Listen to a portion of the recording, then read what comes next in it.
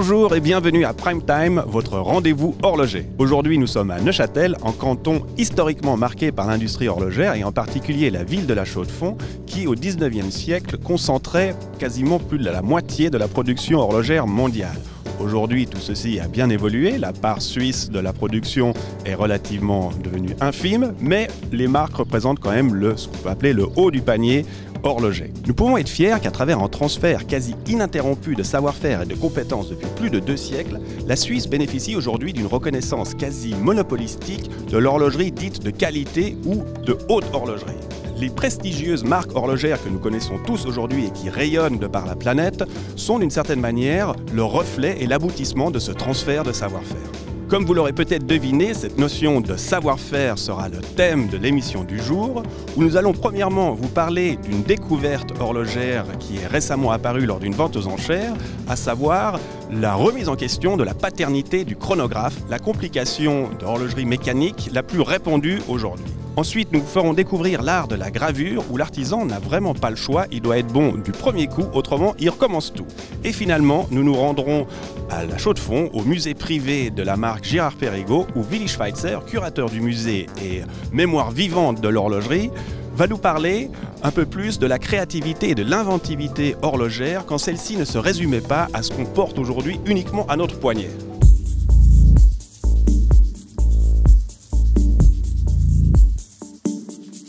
Pour commencer, j'ai le plaisir de vous présenter Louis Nardin qui vient de rejoindre l'équipe de The Watches TV et qui va nous parler un peu plus en détail des enjeux liés à cette découverte. Alors Louis, parlez-nous un petit peu vraiment de qu'est-ce qui se cache derrière cette découverte. Il se cache une petite révolution dans l'histoire de l'horlogerie parce que le compteur de tierces de Louis Moinet fait remonter l'invention du chronographe à 1816, date à laquelle il a terminé cette montre.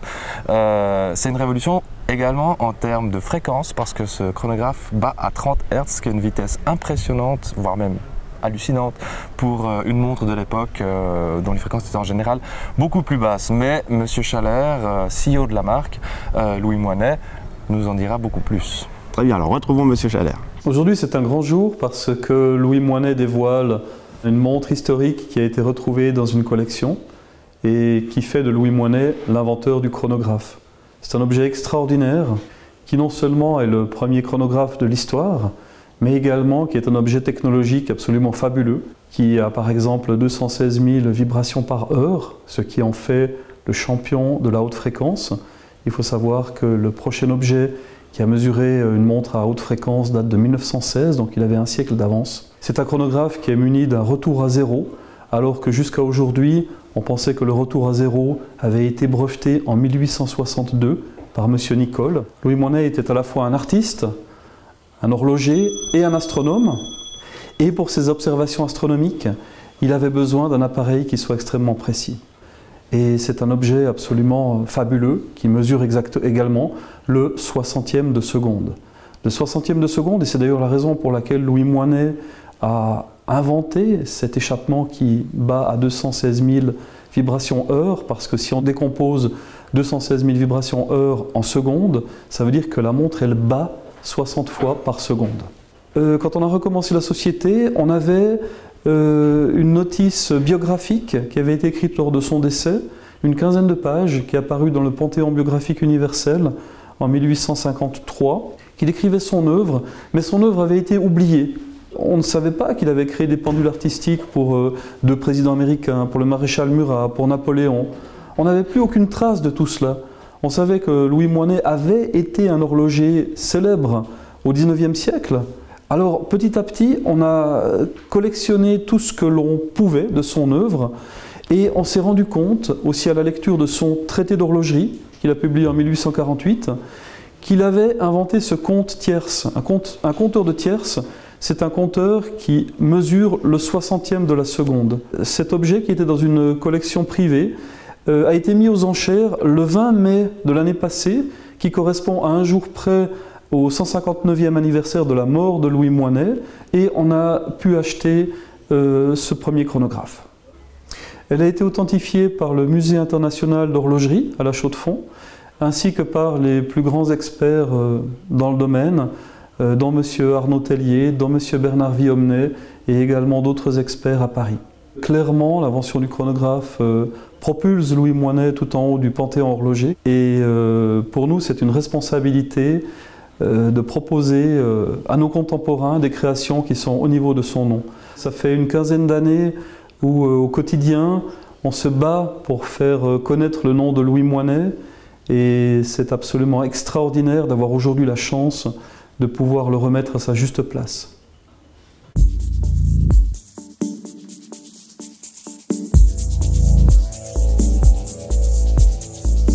Les principales techniques, c'est la taille douce, qui est une taille très fine, avec des burins. On a une technique de relief, qu'on appelle un ramollier, qui, elle, est une technique qui ressemble au bas-relief. Et puis, on a des petites figurines sculptées. On a aussi une autre technique qui est le champ levé. Un champ levé, c'est abaisser un champ, si vous voulez, dans le métal, qui peut recevoir un décor gravé aussi et éventuellement de l'émail. Il y a aussi une autre technique qui est employée en orfèvrerie qu'on appelle la taille de joue. On apprend à graver sur du cuivre, sur de l'argent. Les métaux nobles, souvent, c'est quand on rentre dans le monde du travail, quoi. On préfère l'or, c'est sûr. C'est plus noble. Maintenant, ce que l'on aime le moins, c'est le métal comme le platine. C'est un métal qui est très recherché, très cher, mais pour nous, c'est un métal désagréable, en ce sens qu'il est fuyant, collant, et donc il faut être paré à tous les dangers.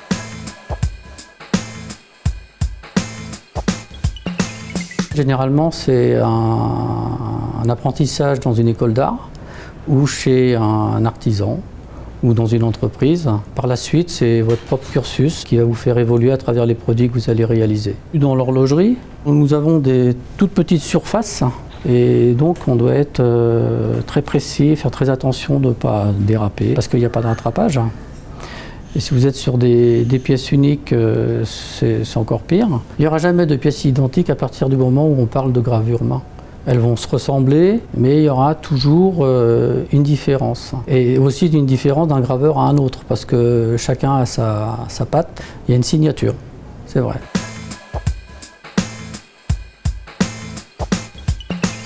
C'est une patrimonie traditionnelle, en or rose, avec un mouvement 1120. C'est un mouvement extra plat, un quantième perpétuel, ajouré et décoré, gravé donc au dos. On voit la masse oscillante. Il s'agit d'une patrimonie traditionnelle avec un mouvement 1120, squeletté et gravé.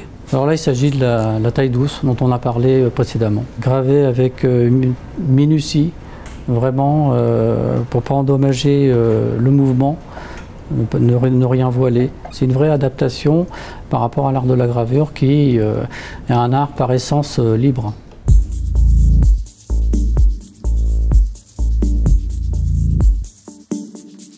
Lorsqu'on est horloger et qu'on est horloger de la région, ce qu'on essaye de faire, c'est de beaux objets. À une certaine époque, la ville de La Chaux-de-Fonds, elle toute seule, fabriquait la moitié des montres de la Terre. Ça représentait 1 million de pièces. Aujourd'hui, les horlogers suisses représentent 3% de la production mondiale en termes de pièces, ce qui est rien. Donc on devrait normalement, et en toute logique, avoir disparu. Ce n'est pas le cas. On est présent partout au monde, dans les plus beaux magasins, les plus belles capitales. Notre création d'aujourd'hui, en tant qu'horloger contemporain, se limite aux quelques centimètres cubes qu'on a ici au poignet. Avant, on le voit ici, l'horlogerie, elle avait une multitude d'expressions différentes. Chez Girard-Perregaux, en tant que manufacture, on a la chance de pouvoir construire des objets à 360 degrés, où il n'y a pas que l'esthétique qui est impliquée, comme chez la plupart de nos collègues, mais que nous créons également la technique.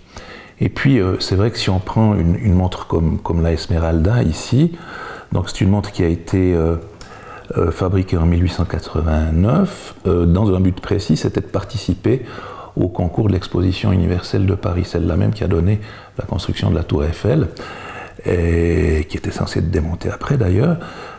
Et en fait, la Esmeralda a gagné une médaille d'or à ce moment-là. non pas seulement à cause de la gravure, qui est une leçon de gravure ici, littéralement, mais également à cause de l'esthétique et la technique du mouvement à 3 pans d'or, qui est devenu vraiment une référence chez Girard-Perregaux, et que nous faisons toujours sous forme de montre-bracelet, puisqu'il a fallu effectivement l'adapter au désir du client d'aujourd'hui. Mais c'est ça la preuve. L'objet doit être un objet complet, pensé complètement et construit complètement. C'est ça qui fait peut-être la différence. Et ce qui est extraordinaire, c'est d'avoir pu donner une esthétique telle à ce mouvement qu'il est reconnaissable sans qu'on ait à mettre le nez sur le cadran et lire la marque de la montre.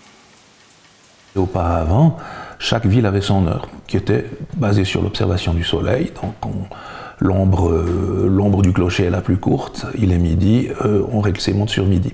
Et dans la ville d'à côté, qui était distante de quelques kilomètres, on faisait la même chose quelques minutes avant, quelques minutes après, puisque le soleil n'avance pas par saccades.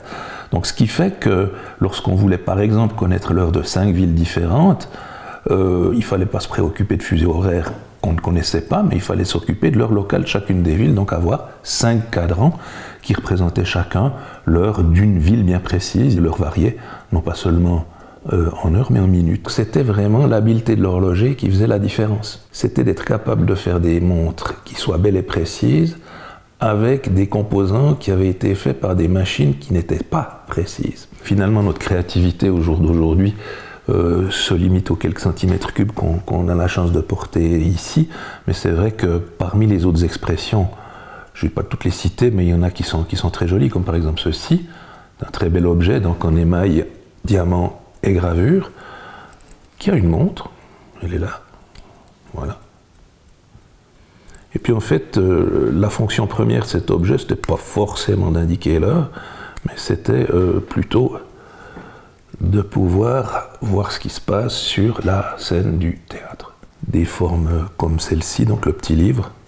Puis ce qui est intéressant, c'est également au niveau des courants artistiques, comment et de quelle manière ils ont influencé la décoration des objets.